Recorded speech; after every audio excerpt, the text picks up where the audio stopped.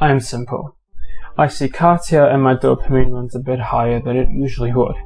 Season 7 was the first season of Drag Race I have seen, and Katya from the get-go caught my attention with her banter, her authentic display of who she is, and her deprecating appreciation of what drag means to her. She truly is a legend and beloved by many. Hence the audible scream I let out of myself when her EP Vampire Fitness was announced. It was gigantic, and I couldn't help but listen to it the second it came out on Spotify.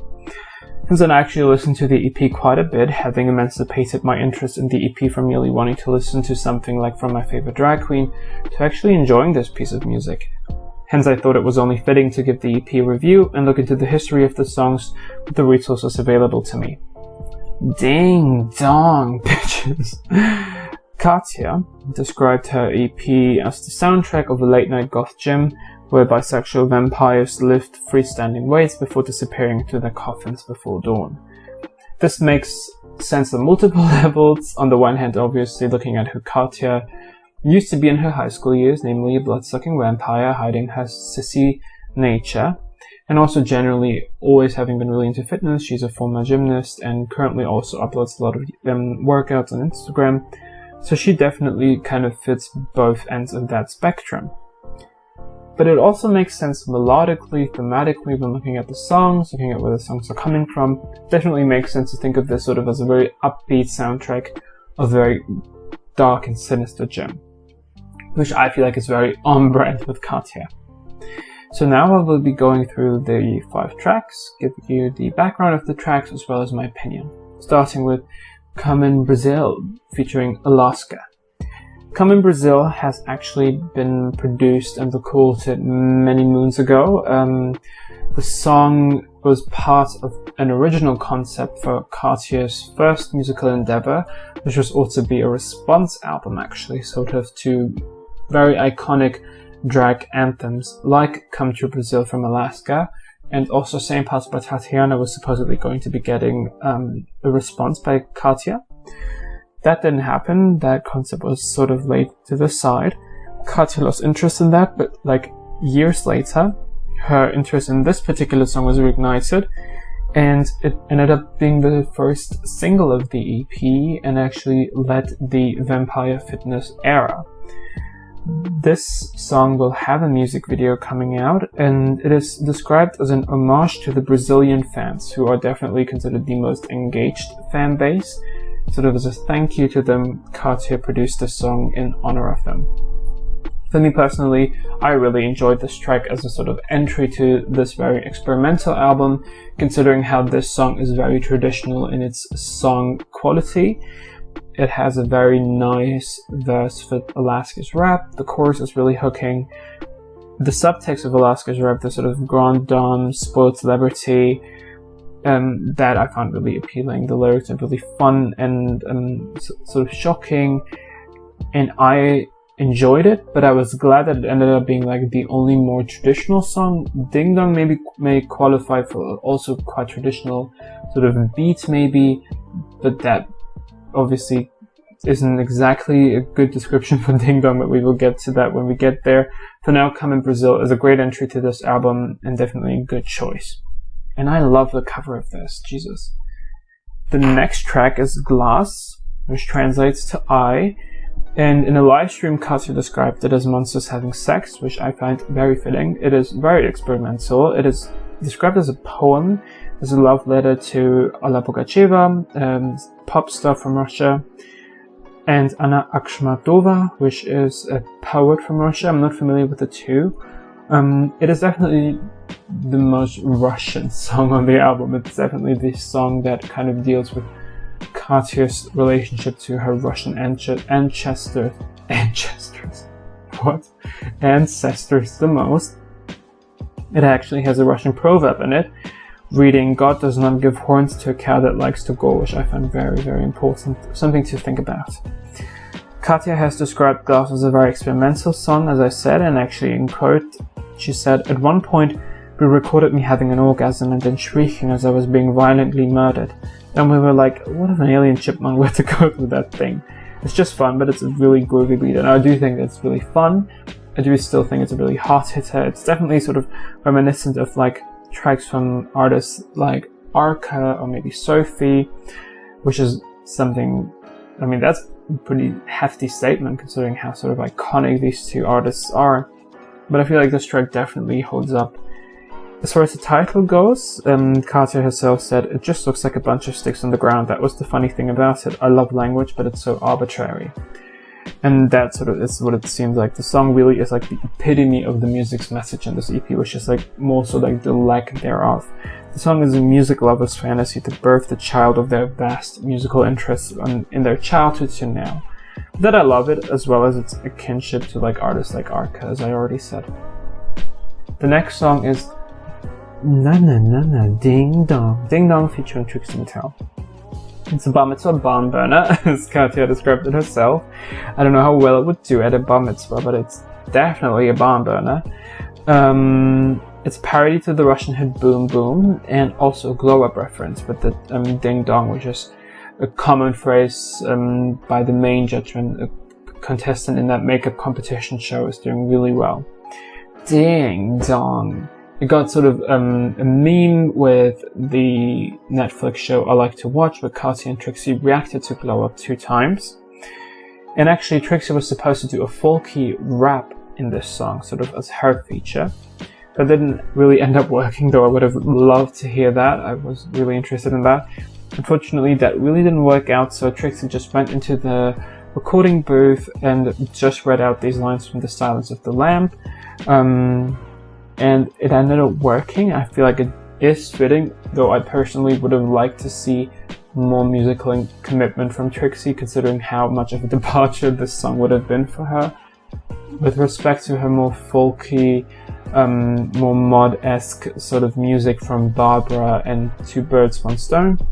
But I really enjoyed it. The song in its verses describes Katya in bullet points, referencing her aesthetic with white teeth, red lips, the places she lived in, her sex-positive nature, and sort of the ambivalence of her Russian character, juxtaposing her Russian character with her very suburban upbringing in Boston. So that was really fun.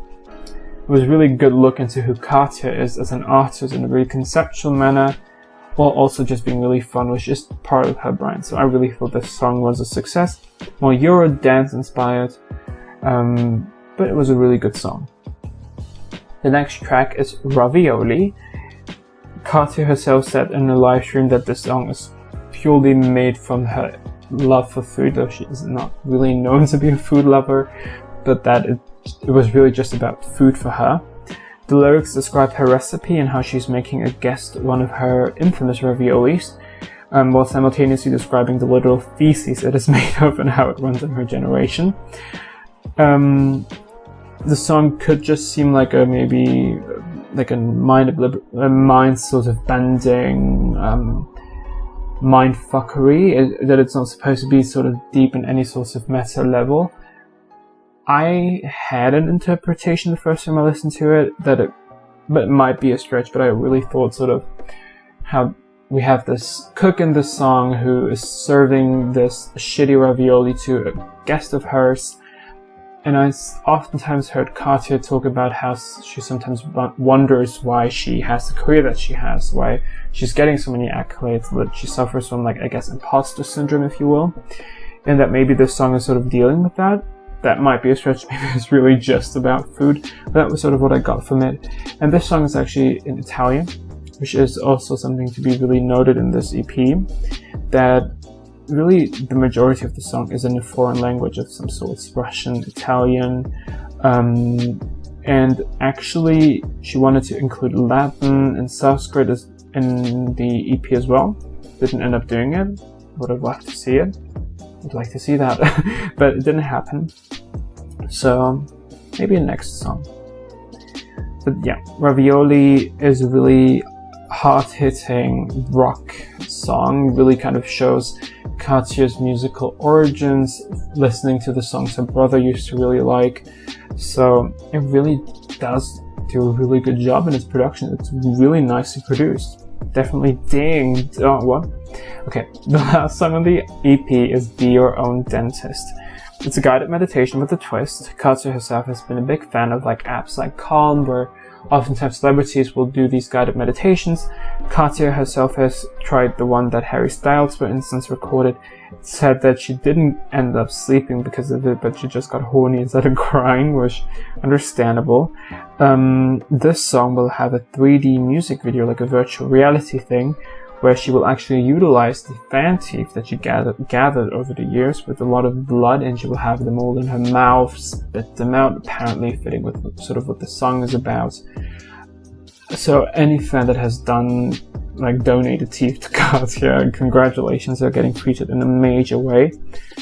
The really fun part about this, I don't even know if I want to call it a song, maybe it's more, I guess the really fun part about this meditation is that it is definitely also be a parody of that to some extent, with the teeth extraction, with the really gruesome descriptions of rambunctious children running into the woods and getting eaten, and how sad it makes her.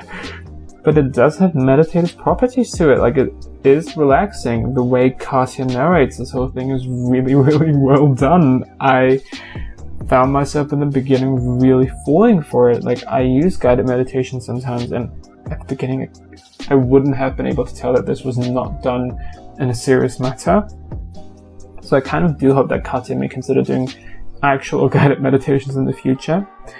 Obviously the twist of the song is that there are instructions to yank out one's teeth in a really gnarly fashion. I find it really appealing. Obviously it does fit the brand. It would have been weird if this was genuinely just a guided meditation, but I liked it. Great outro to the song, really fits the Vampire Fitness kind of scheme of this being like a cool down session at the end.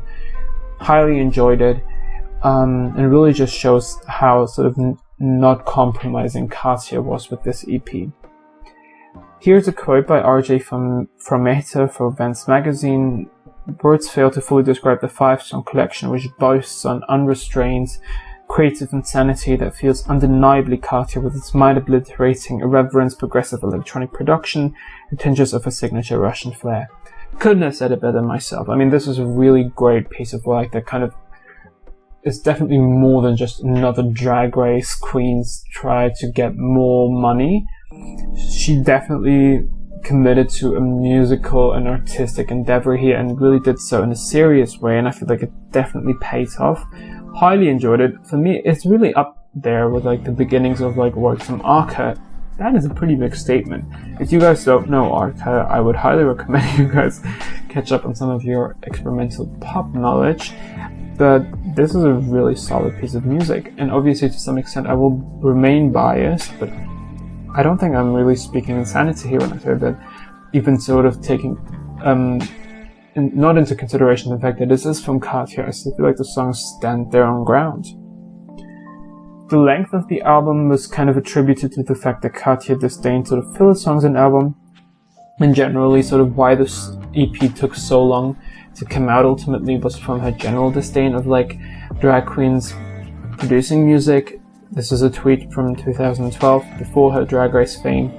She said, "Just stop, ain't nobody got time for your shitty music," except the I definitely can second that. I think a lot of drag queens' music becomes really repetitive, isn't really innovative in a lot of ways. Exceptions are obviously existent, with like Bob the Drag Queen Monet Exchange come to mind, Trixie obviously, Alaska. There are a lot of artists obviously that don't fall into that category, but a big chunk of them do. And that kind of was part of the reason why Katya took so long to do this. But we saw at the end a musical product that was very uncompromising, that really fit into Katya's brand. It would have been weird if it just would have been like a Reggie Rocha kind of thing. It really wasn't. It was really an own piece of work, and I highly commend her for that.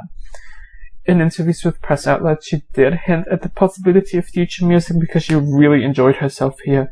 So I have my fingers crossed. They're currently in the zigzags because I hope so. Oh my god, please, Katya. I would love it. I think we all would love to see that. I would like to see it. Ding dong. Thank you so much for listening to me talk about this. This is my life.